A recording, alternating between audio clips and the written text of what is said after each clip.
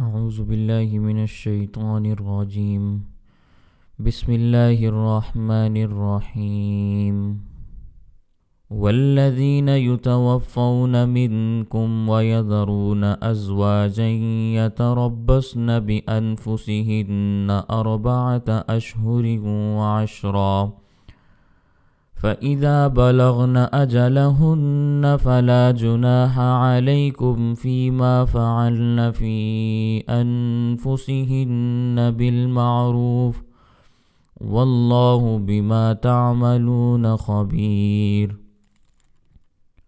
ولا جناح عليكم فيما عرضتم به من خطبة النساء أو أكننتم في أنفسكم علم الله أنكم ستذكرونهن ولكن لا تواعدوهن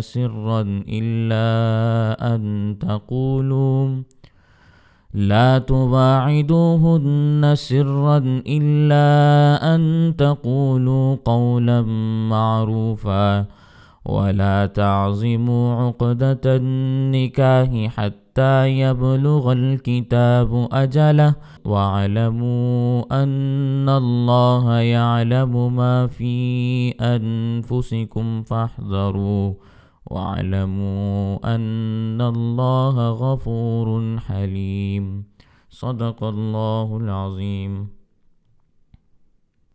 والذین، اور وہ لوگ، یتوفون منکم، جو تم میں سے وفات پا جاتے ہیں، ویذرون، اور وہ چھوڑ جاتے ہیں، ازواجن، بیویاں، یتربصن، وہ روکے رکھیں، بِأَنفُسِهِنَّ، اپنے آپ کو، أَرْبَعَةَ أَشْهُرٍ وَعَشْرًا، 4 ماہ اور 10 دن تک۔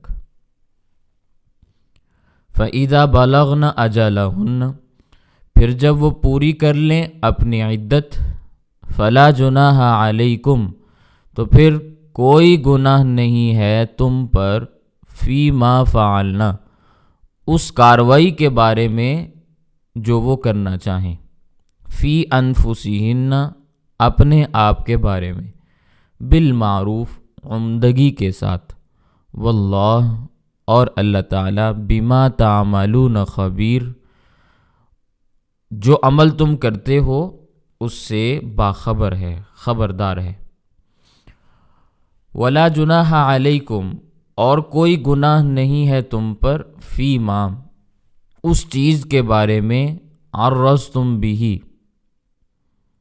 جس کے ساتھ تم اشارہ کرو، من خطبۃ النساء، عورتوں کی منگنی کے بارے میں، پیغام نکاح کے بارے میں، او اکننتم، یا تم مخفی رکھو، چھپا کے رکھو، فی انفسکم، اپنے دلوں میں، علم اللہ، اللہ تعالیٰ جانتا ہے، انکم، کہ بے شک تم، ستذکرونہن، عن قریب تم ان عورتوں کا تذکرہ کرو گے، ولیکن لا تواعدوہن، لیکن تم ان کے ساتھ وعدہ نہ کرو، سرًا، پوشیدہ، الا ان تقولوا، مگر تم یہ کہو، قولا معروفا، جو دستور کی بات ہے، ولا تعظموا، اور تم ارادہ نہ کرو، عقدۃ النکاح، نکاح کی گرہ کا، نکاح کرنے کا ارادہ نہ کرو، حتی یبلغ الکتاب،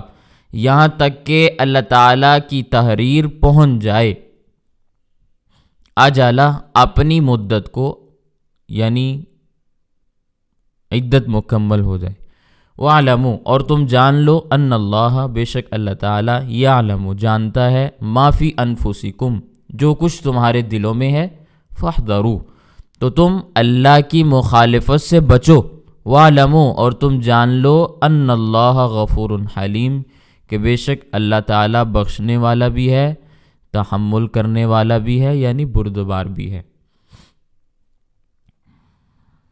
یہ ان آیات کا ترجمہ ہے جو میں نے آپ کے سامنے تلاوت کی ہیں۔ پچھلی آیات میں بھی آپ کے سامنے طلاق یافتہ عورتوں کا تذکرہ تھا، یہاں بھی آپ کے سامنے ایسا ہی تذکرہ آ رہا ہے۔ اللہ تعالیٰ نے یہاں جو باتیں بیان فرمائی ہیں وہ ذرا سمجھ لیں، سمجھنے سے ان کا تعلق ہے۔ پہلے ان عورتوں کا تذکرہ تھا جن کو طلاق ہو جاتی ہے، لیکن اگر ان کو طلاق ہوتی ہے تو مسئلہ یہ تھا کہ ان کی پھر عدت کیا ہے، جس کی تفصیل کو میں نے آپ کے سامنے بیان کر دیا۔ اب اس عورت کی عدت کا تذکرہ ہے جس کا خاوند فوت ہو چکا ہے، خاوند مر گیا۔ اب خاوند کے فوت ہو جانے کے وقت عورت کے پیٹ میں بچہ ہے، تو جب بچہ پیدا ہوگا اس کی عدت اس وقت ختم ہوگی، بے شک وہ 9 ماہ کے بعد پیدا ہو یا دوسرے دن ہی پیدا ہو جائے۔ مثال کے طور پر خاوند کی وفات کے 2 دن یا 3 دن کے بعد بچہ پیدا ہوا تو عورت کی عدت مکمل ہو گئی، یا اس کی وفات کے 6 ماہ بعد، 7 ماہ بعد، 8 ماہ بعد پیدا ہوا تو بھی اس کی عدت وہاں جا کر مکمل ہوگی جب بچہ پیدا ہوگا۔ اور اگر اس کے پیٹ میں بچہ نہیں ہے تو اس کی عدت ہے 4 ماہ اور 10 دن، اور یہ 4 مہینے 10 دن بھی چاند کے اعتبار سے مکمل کرنے ہیں، اسلامی تاریخوں کے اعتبار سے۔ اور ضابطہ یہ ہے کہ جس عورت کا خاوند فوت ہو جائے اگر وہ حاملہ ہے تو اس کی عدت وضع حمل ہے، یعنی بچے کی پیدائش، اور اگر حاملہ نہیں ہے تو پھر 4 ماہ اور 10 دن ہے۔ تو اللہ تعالیٰ یہاں یہ بات فرما رہے ہیں والذین یتوفون، وہ لوگ جو تم میں سے وفات پا جاتے ہیں، ویذرون ازواجا، اور وہ اپنی بیویاں چھوڑ جاتے ہیں، یتربصن، وہ عورتیں روکے رکھیں اپنے آپ کو، 4 اشہر و عشرا، 4 مہینے اور 10 دن تک۔ یہ مسئلہ تب ہے جب وہ حاملہ نہ ہو، ٹھیک ہے؟ یہ وضاحت آپ نے ذہن میں رکھنی ہے۔ یہاں ایک بات ذہن میں آئی تو وہ بھی آپ کے سامنے عرض کر دیتا ہوں۔ اس امت میں صحابہ کرام میں ایک شخص گزرے ہیں، حضرت عبداللہ بن مسعود رضی اللہ تعالیٰ۔ ان کی فقاہت بہت مشہور تھی۔ حضرت عبداللہ بن مسعود رضی اللہ تعالیٰ عنہ کو کوفے کا گورنر بھی بنایا گیا تھا۔ بہت معروف اور مشہور صحابی ہیں، اللہ کے نبی صلی اللہ علیہ وسلم کی روایات کو بیان کرنے والے ہیں اور بڑی کثیر تعداد میں بیان کرنے والے۔ کوفہ کے گورنر تھے، ان کے سامنے ایک مقدمہ آیا کہ ایک شخص نے ایک عورت کے ساتھ نکاح کیا، لیکن نکاح کے وقت مہر یاد نہیں رہا، مہر متعین نہیں کیا یا مہر کا تذکرہ نہیں کیا، پھر وہ خاوند فوت ہو گیا۔ اور یہ بات یاد رکھیں کہ نکاح مہر پر موقوف نہیں ہے، یعنی اگر مہر متعین نہیں کیا تو نکاح نہیں ہوگا، ایسا مسئلہ نہیں ہے۔ نکاح کی بنیادی طور پر 2 شرطیں ہوتی ہیں۔ پہلی شرط اس میں یہ ہے کہ 2 گواہ شرعی طور پر موجود ہوں، اور دوسری بات یہ ہے کہ ایجاب اور قبول ہو، دونوں کی رضامندگی ہو، مرد عورت سے پوچھے یا عورت مرد سے پوچھے، یا مرد کی طرف سے کوئی عورت سے پوچھے یا عورت سے مرد کی طرف سے کوئی پوچھے کہ بھی آپ کو یہ نکاح قبول ہے، اسے ایجاب اور قبول کہا جاتا ہے، تو نکاح ہو جاتا ہے۔ باقی چیزیں ہوں یا نہ ہوں اس سے کوئی فرق نہیں پڑتا۔ البتہ ایک چیز جو ان دونوں چیزوں سے بھی زیادہ ضروری ہے وہ ہے اعلان، اعلن النکاح ولو بالدف، نکاح کا اعلان کرو، نکاح کا اعلان کرو، اس لیے کہ یہ 2 گواہ بوقت ضرورت ہیں۔ ایجاب اور قبول سے بھی نکاح منعقد ہو جاتا ہے، لیکن بہترین صورت یہ ہے اعلن النکاح، نکاح کا اعلان کرو، تاکہ 2 گواہوں کی بھی ضرورت نہ پڑے، سارا معاشرہ جانتا ہو کہ یہ میاں اور بیوی ہیں۔ جب عالن نکاح کریں گے تو 2 گواہ نہیں، مجلس میں بیٹھے ہوئے 20 افراد گواہ بن جاتے ہیں۔ وہ ضابطے کی کارروائی ہوتی ہے کہ نام 2 کا لکھنا ہوتا ہے۔ سمجھ آ رہی ہے؟ تو نکاح ہو جاتا ہے۔ اگر اس وقت مہر مقرر نہیں کیا تو بعد میں مہر مثلی واجب ہو جاتا ہے، مہر مثل کہا جاتا ہے اس کو۔ یہ بھی وضاحت میں آپ کے سامنے عرض کر دیتا ہوں کہ مہر مثل سے کیا مراد ہے، یا پھر آپس میں وہ جو طے کرنا چاہیں وہ طے کر لیں اور مہر کو ادا کر لیں۔ لیکن عورت کی رخصتی نہیں ہوئی اور خاوند فوت ہو گیا۔ مسئلہ یہ تھا جو حضرت عبداللہ بن مسعود رضی اللہ تعالیٰ عنہ کے سامنے پیش ہوا۔ اب جو سوال ان کے سامنے آیا اس کی 3 شقیں تھیں۔ پہلا حصہ اس کا یہ تھا کہ حضرت یہ بتائیں کہ اس عورت کی عدت ہے یا عدت نہیں۔ مہر مثل یعنی مہر کا تذکرہ نہیں ہوا تھا نکاح کرتے وقت، رخصتی بھی نہیں ہوئی اور خاوند وفات پا گیا۔ اب اس عورت کی عدت ہے یا عدت نہیں؟ پہلا حصہ یہ ہے۔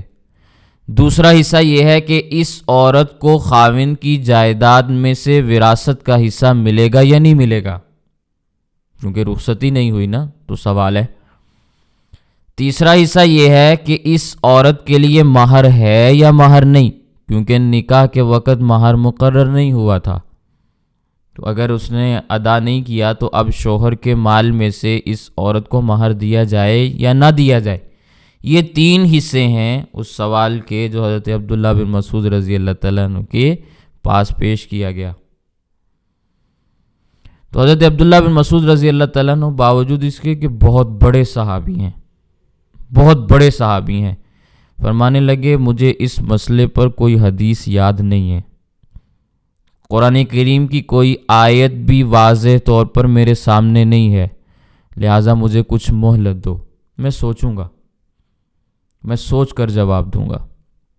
یہ ہیں اس امت میں سب سے بڑے فقیہ حضرت عبداللہ بن مسعود رضی اللہ تعالیٰ عنہ، اس امت میں سب سے بڑے مفسر قرآن حضرت عبداللہ بن مسعود رضی اللہ تعالیٰ عنہ۔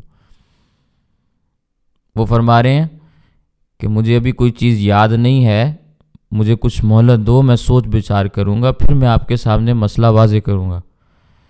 تو فوری طور پر مسئلے کا جواب دینا یہ علم کی علامت اور نشانی نہیں ہوتی، بسا اوقات کسی مسئلے کو دیکھنا بھی پڑتا ہے۔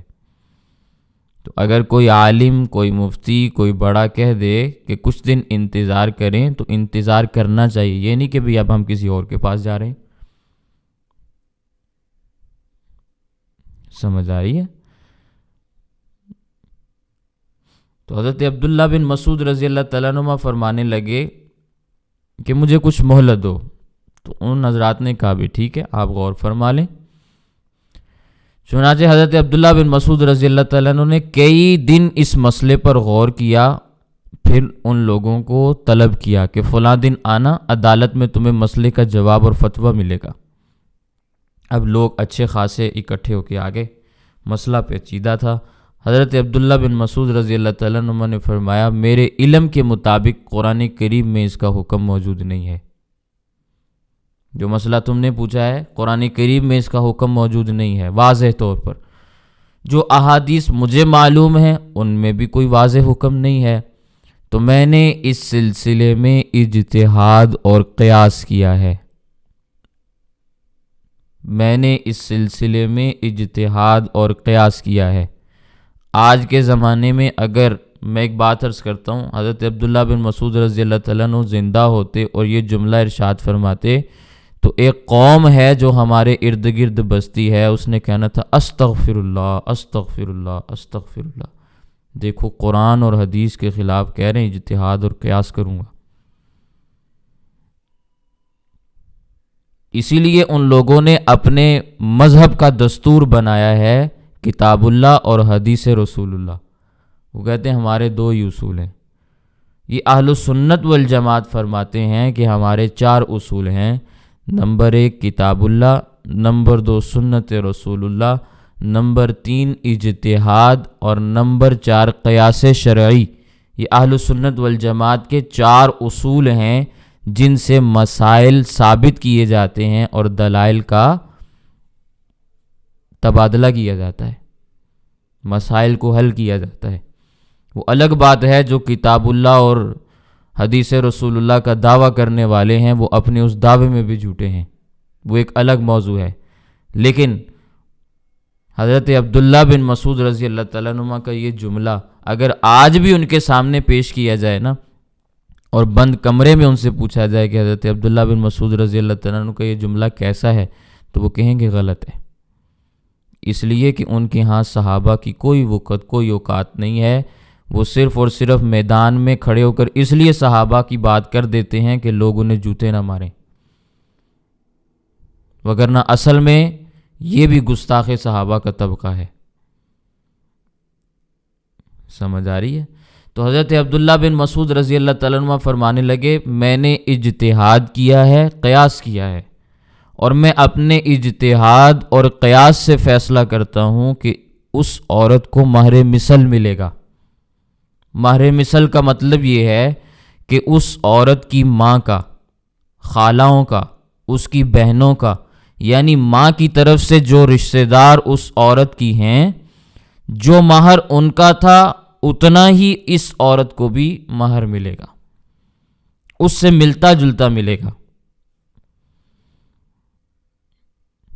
تو اس عورت کو مہر مثل بھی ملے گا، پھر اس عورت کو خاوند کی وراثت بھی ملے گی کیونکہ نکاح صحیح تھا، اور اس عورت کو عدت بھی گزارنی پڑے گی، اور وہ عدت ہے 4 ماہ اور 10 دن کی۔ یہ حضرت عبداللہ بن مسعود رضی اللہ تعالیٰ عنہ نے تینوں شکوں کا جواب دے دیا۔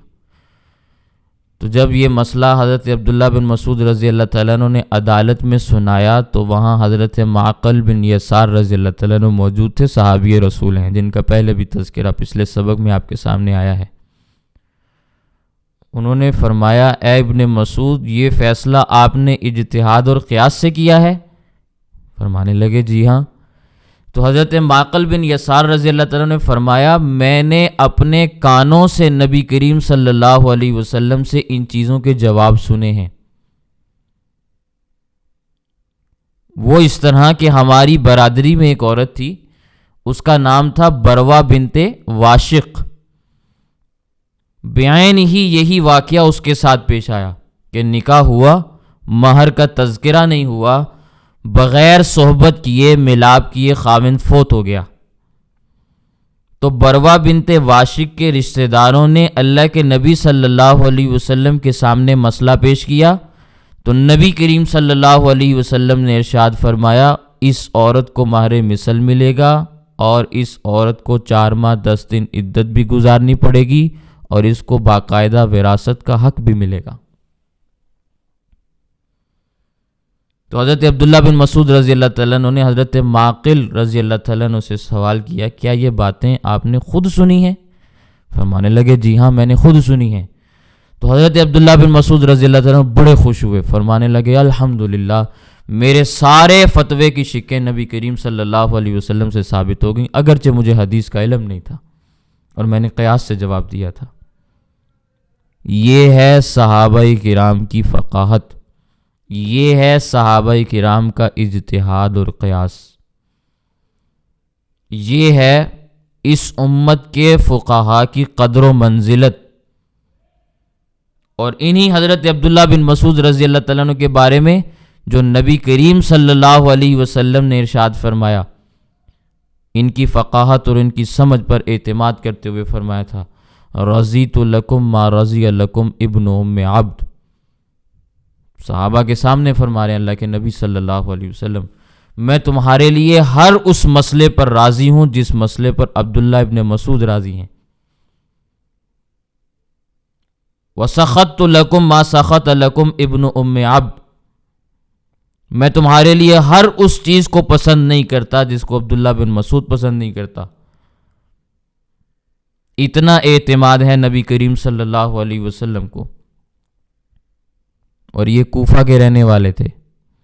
کوفہ میں ان کے سب سے بڑے شاگرد ہیں حضرت امام ابراہیم نخعی رحمہ اللہ، تابعین میں سے ہیں۔ امام ابراہیم نخعی رحمہ اللہ اپنے دور کے چوٹی کے فقہا میں شامل تھے، محدثین میں ان کا شمار ہوتا تھا، مفسرین میں شمار ہوتا تھا، بہت بڑے بزرگ گزرے ہیں، اور ان کے شاگرد ہیں حضرت سیدنا امام اعظم ابو حنیفہ رحمہ اللہ، کامل استادوں کے کامل شاگرد ہیں، جن کے بارے میں حضرت امام محمد بن ادریس شافعی رحمہ اللہ فرمایا کرتے تھے، الناس عیال ابی حنیفہ فی الفقہ، الناس عیال ابی حنیفہ فی الفقہ، لوگ فقہ میں ابو حنیفہ کے بچے ہیں۔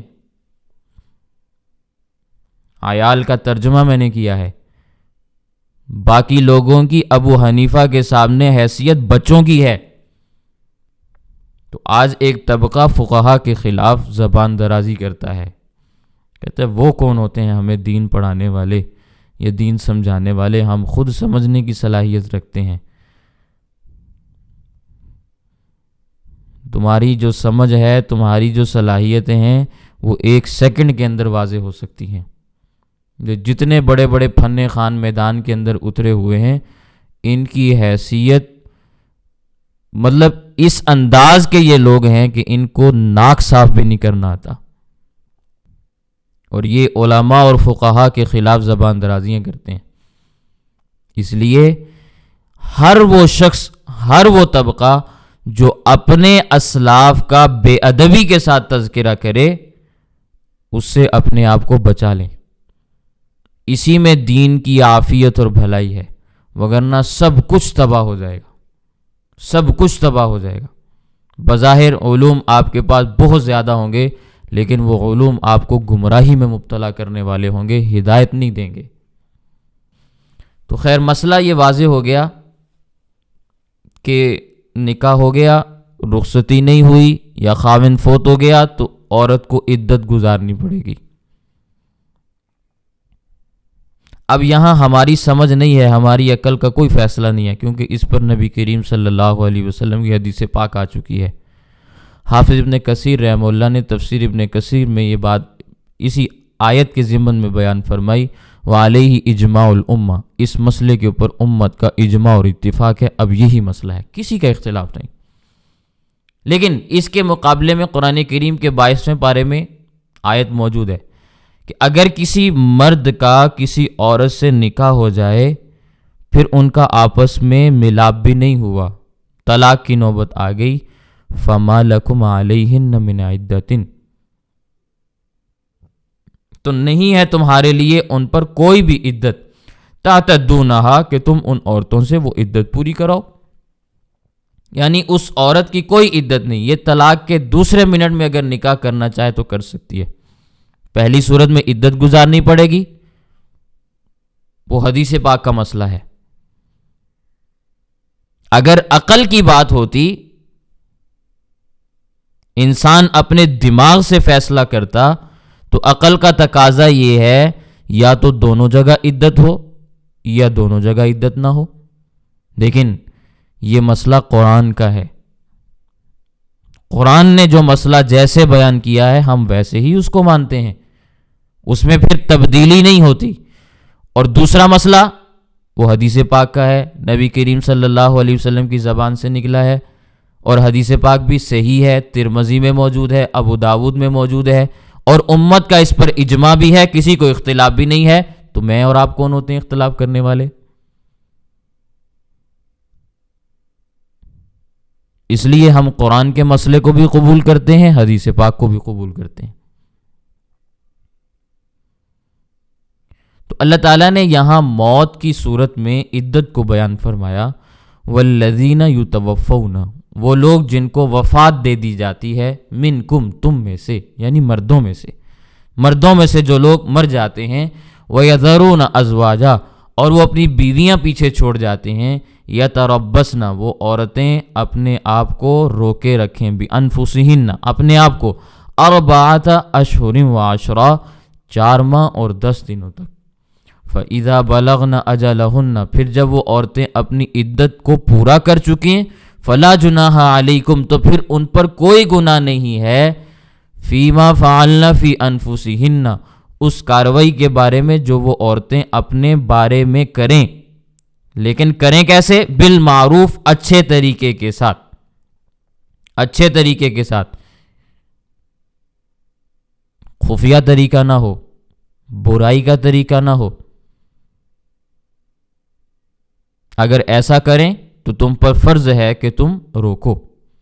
ہاں، اگر عدت مکمل ہو گئی ہے، وہ عورت اپنے نکاح کے لیے کہیں پیغام بھیجتی ہے، کوئی ہاتھ پاؤں مارتی ہے، تو کوئی حرج کی بات نہیں۔ واللہ بما تعملون خبیر، اللہ تعالیٰ جو کچھ تم کرتے ہو ان سب سے باخبر ہے، جانتا ہے اللہ تعالیٰ تم کیا کر رہے ہو، کب کر رہے ہو، کیسے کر رہے ہو۔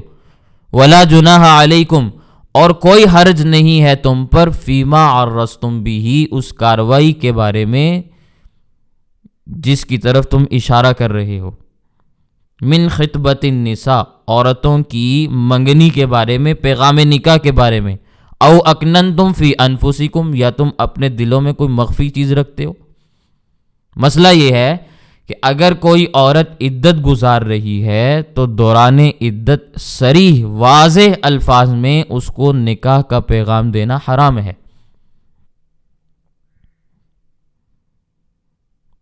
مثال کے طور پر ایسے کہنا کہ جب تیری عدت مکمل ہو جائے گی تو میں تیرے ساتھ نکاح کروں گا، یہ الفاظ نہیں کہے جا سکتے عدت کے دوران، اور وہ عورت بھی عدت کے دوران صریح الفاظ میں کہیں نکاح کا پیغام نہیں بھیج سکتی۔ وہ یہ نہیں کہہ سکتی کہ عدت کے بعد میں تیرے ساتھ نکاح کروں گی، یہ حرام ہے۔ ہاں، اشارہ اور کنایا اس انداز میں گفتگو کی جا سکتی ہے۔ مثال کے طور پر کوئی شخص اس کے ساتھ نکاح کرنا چاہتا ہے تو یوں کہے، میں کوئی نیک عورت چاہتا ہوں، کوئی نیک عورت مجھے مل جائے گی تو میں انشاءاللہ نکاح کر لوں گا۔ یہ نہ کہے کہ میں نے تیرے ساتھ نکاح کرنا ہے، یا یوں کہے کہ اللہ تعالیٰ آپ کے لیے کوئی بہتر انتظام کر دیں گے، اللہ کے خزانوں میں کوئی کمی نہیں ہے، یا دل میں ایک بات مخفی طور پر رکھے کہ عدت ختم ہو جانے کے بعد میں اس سے نکاح کر لوں گا، تو کوئی حرج کی بات نہیں۔ عالم اللہ، اللہ جانتا ہے، انکم ستذکرونہن، بے شک تم ان کا ان قریب تذکرہ کرو گے، ذکر کرو گے۔ اللہ نے صورت ہی ایسی بنائی ہے کہ مرد عورت کے بغیر نہیں رہ سکتا، عورت مرد کے بغیر نہیں رہ سکتی، کیونکہ اللہ تعالیٰ نے نسل انسانی کا سلسلہ جاری رکھنا ہے، اس کے لیے اسباب اور ذرائع اللہ نے پیدا فرمائے ہیں۔ اس لیے شریعت نے سختی کے ساتھ حکم دیا ہے کہ جب لڑکا بالغ ہو جائے تو بغیر کسی شدید ترین مجبوری کے اس کی شادی میں تاخیر نہ کرو، اور جب لڑکی بالغ ہو جائے تو اس کی شادی میں تاخیر نہ کرو۔ اگر ان سے کوئی گناہ ہو گیا تو ماں باپ اس کے ذمہ دار ہیں۔ بڑی واضح طور پر حدیث پاک اللہ کے نبی صلی اللہ علیہ وسلم کی موجود ہے۔ اور ایک بات میں آپ کے سامنے اور بھی عرض کر دیتا ہوں، آنے والا زمانہ ایسا زمانہ ہے کہ جس میں مرد بھی یہ چاہتا ہے کہ میں نکاح نہ کروں، عورت بھی یہ چاہتی ہے میں شادی نہ کروں، لیکن یہ بات ذہن میں رکھیں، اتنی بات آپ کو سب بتائیں گے۔ اس سے اگلی بات کیا ہے جو معاشرے کے اندر آ رہی ہے، وہ یہ کہ زنا کے دروازے کھلیں گے اور کھل رہے ہیں، زنا کو آسانی کے ساتھ مہیا کیا جا رہا ہے، سستا کیا جا رہا ہے۔ مرد عورت کی ذمہ داری لینے کے لیے تیار نہیں، عورت مرد کی ذمہ داری لینے کے لیے تیار نہیں، اس کو سہنے کے لیے، برداشت کرنے کے لیے تیار نہیں۔ دونوں کا ذہن یہ ہے کہ نکاح کے بغیر بھی تو زندگی گزر سکتی ہے نا۔ یہ آنے والی نسل کا دماغ ہے، اور اسی دماغ کو پروموٹ کیا جا رہا ہے ہمارے جدید ذرائع کے ذریعے سے۔ اپنی نسلیں بچانی ہیں تو اپنی نسلوں کے مناسب رشتے تلاش کر کے جلد از جلد نکاح کرنے کی فکر پیدا کریں۔ یہ اغیار کی سازشیں ہیں جو ہمارے بچوں کے اوپر، ہمارے مردوں کے اوپر، ہماری عورتوں کے اوپر اثر انداز ہو رہی ہیں۔ اس کا یہ مطلب نہیں ہے کہ مردوں میں سے شہوت ختم ہو جائے گی، اس کا یہ مطلب نہیں ہے کہ عورتوں میں کسی مرد کی طلب ختم ہو جائے گی، ہوگی، اس کے پورا کرنے کے ناجائز راستے مہیا کیے جا رہے ہیں۔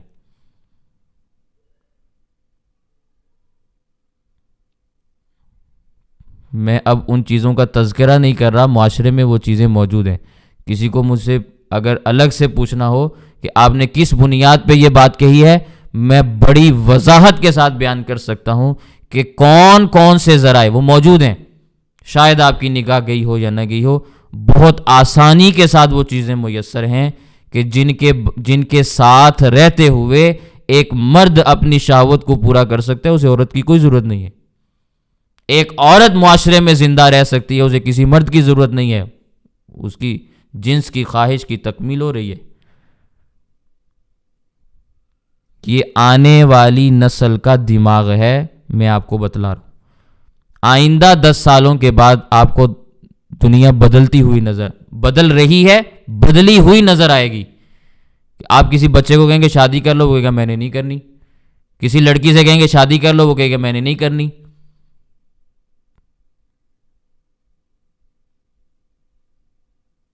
سمجھ آ رہی ہے؟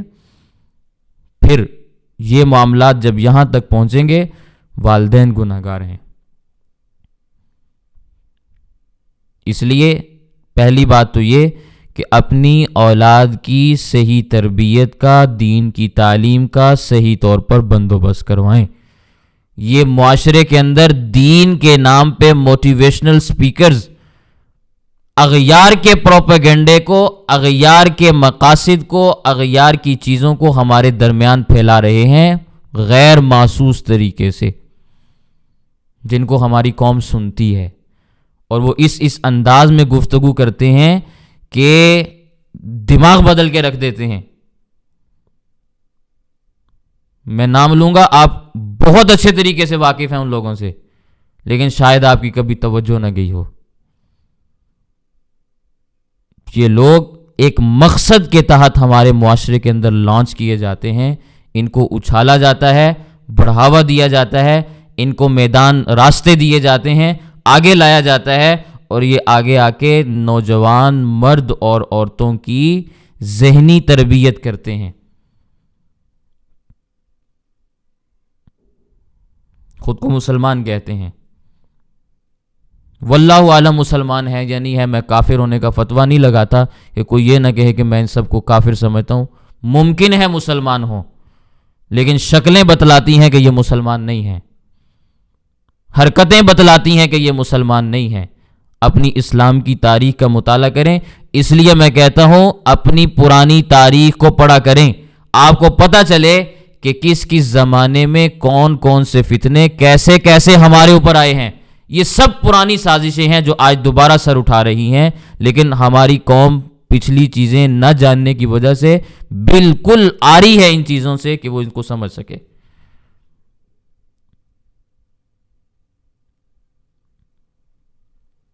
خیر، یہ ایک بہت لمبا موضوع ہے، اللہ تعالی ہمیں سمجھنے کی توفیق عطا فرمائے۔ تو نکاح اسلامی شریعت کا حصہ ہے۔ مرد اور عورت بغیر اپنے جنس کی تسکین کیے نہیں رہ سکتے۔ اگر آج کسی کو یہ لگتا بھی ہے نا کہ ہم رہ لیں گے، تو یہ 2-4 سال کا مسئلہ ہے بس۔ اس کے بعد آپ دیکھیں، پھر میں آپ سے پوچھوں گا کہ آپ کیسے رہتے ہیں، یا آپ نے کوئی اور راستہ بیچ کی راہ نکالی ہے یا نہیں نکالی، کیسے رہتے ہیں آپ؟ ممکن ہی نہیں ہے۔ جب بنانے والے نے آپ کو بنایا ہی ایسے ہے، آپ اس تخلیق کو تبدیل کر کے زندگی گزارنے کا دعویٰ کیسے کر سکتے ہیں؟ وہ بنانے والا آپ کو زیادہ جانتا ہے یا آپ اپنے آپ کو زیادہ بہتر طریقے سے جانتے ہیں؟ اس نے بنایا ہے، زندگی میں زندگی گزارنے کا، دنیا میں رہنے کا، زندگی گزارنے کا طریقہ بھی بتلایا ہے۔ ایک جائز راستہ آپ کو دیا ہے، اس جائز راستے کے مطابق زندگی گزارو گے، زندگی اچھی گزرے گی، ثواب بھی ملے گا، اولاد بھی پیدا ہوگی، سارے معاملات بھی چلیں گے، آخرت بھلی ہو جائے گی۔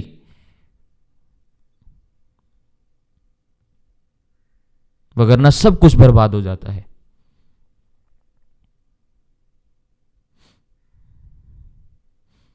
خیر، اللہ تعالیٰ نے عورت کو بنایا ہی اس انداز میں ہے کہ اگر عورت کی دیر تک شادی نہ ہو تو اس کے جو رحم کا نظام ہے اس میں تبدیلیاں آ جاتی ہیں، گڑبڑ ہو جاتی ہے، اولاد پیدا کرنے کے وہ قابل ہی نہیں رہتی۔ اور آج ہمارے معاشرے میں 35 40 سال کے بعد عورتوں کی شادیاں کی جاتی ہیں، بعد میں پھر مولوی صاحب کے پاس آتے ہیں، بھئی بتائیں ہماری اولاد نہیں ہو رہی۔ مولوی صاحب نے تو نہیں کہا تھا کہ بھئی 40 سال کی عمر میں شادی کرو، 35 سال میں جا، عورت 40 سال میں بوڑھی ہو جاتی ہے، اور آج کے زمانے کی عورتیں 35 سال میں بوڑھی ہو جاتی ہیں۔ یہ پرانی بات ہے کہ 40 سال میں ہوتی تھی۔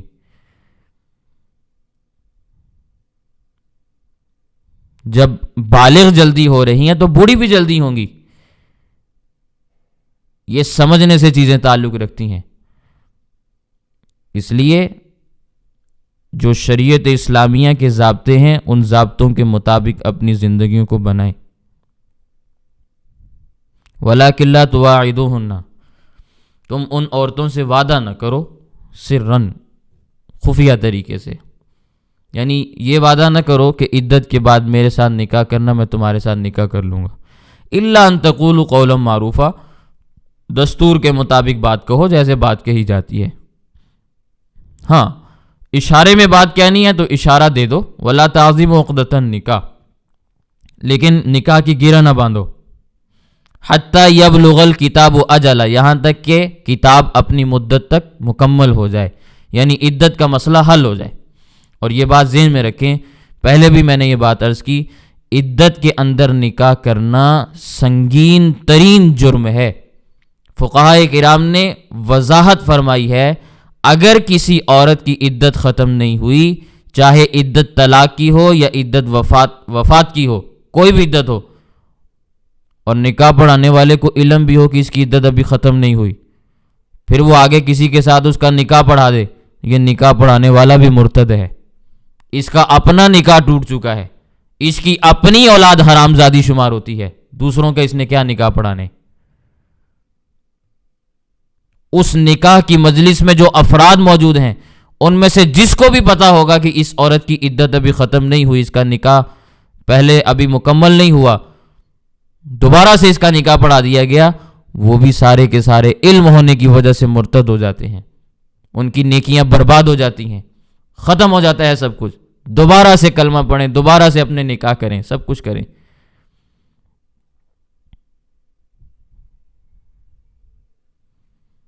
یہ اتنا بڑا جرم ہے۔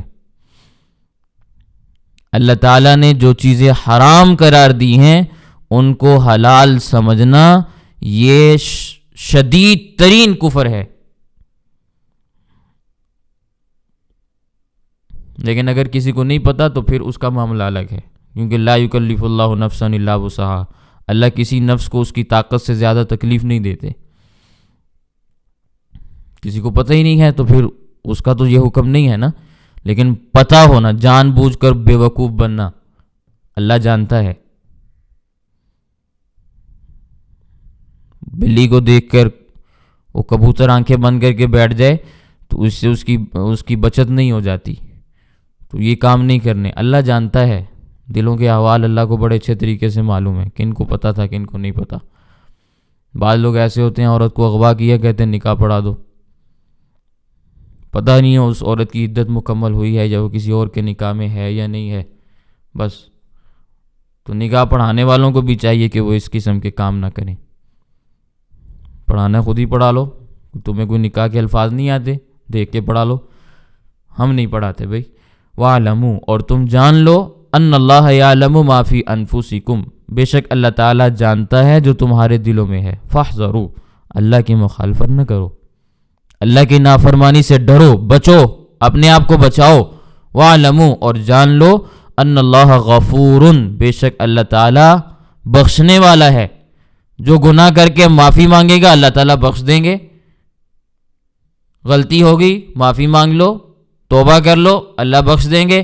حلیم، تحمل والا ہے، اگر تم معافی نہیں مانگ رہے، تمہیں پھر بھی سزا نہیں مل رہی تو فوری طور پر اللہ کسی کو سزا نہیں دیتا، اس لیے کہ اللہ بڑا حوصلے والا ہے، اس کے تحمل سے دھوکہ نہ کھانا کہ ہم بچ گئے۔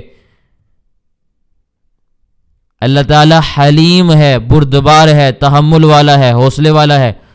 جب پکڑنے پر آتا ہے پھر اس کی پکڑ بڑی غضب کی ہوتی ہے، بڑی سخت ہوتی ہے. اس لیے دھوکے میں مبتلا نہیں ہونا. یہ اللہ تعالیٰ نے ہمیں ہماری زندگی گزارنے کے احکام بتلائے ہیں. اس لیے مسلمانوں کو چاہیے کہ وہ ان احکامات پر عمل کریں، قرآن کریم کو صحیح انداز میں سمجھیں. اللہ تعالیٰ نے جو احکامات، جو اصول بتلائے ہیں، بیان کیے ہیں اپنی آیات میں، ان کو اچھے طریقے سے سمجھیں، دل و دماغ روشن کر کے ان کو پڑھیں، ان کو سمجھیں، ان کو اپنی زندگی میں لائیں. یہ ہمارے لیے قرآن کریم ہدایت ہے، ہمارے لیے یہ مینارہ نور ہے. اس لیے قرآن کریم کو صحیح انداز میں سمجھنا ہر مسلمان کے ذمہ لازم ہے. اللہ تعالی ہمیں قرآن کریم کی تفسیر کو صحیح انداز میں سمجھنے کی توفیق عطا فرمائے. تو یہ چند ایک باتیں میں نے تفسیر کے حوالے سے عرض کی ہیں. اللہ تعالی ہمیں توفیق عطا فرمائے کہ ہم بات کو صحیح طور پر سمجھ سکیں اور قبول کر سکیں. وآخر دعوانا ان الحمد للہ رب العالمین.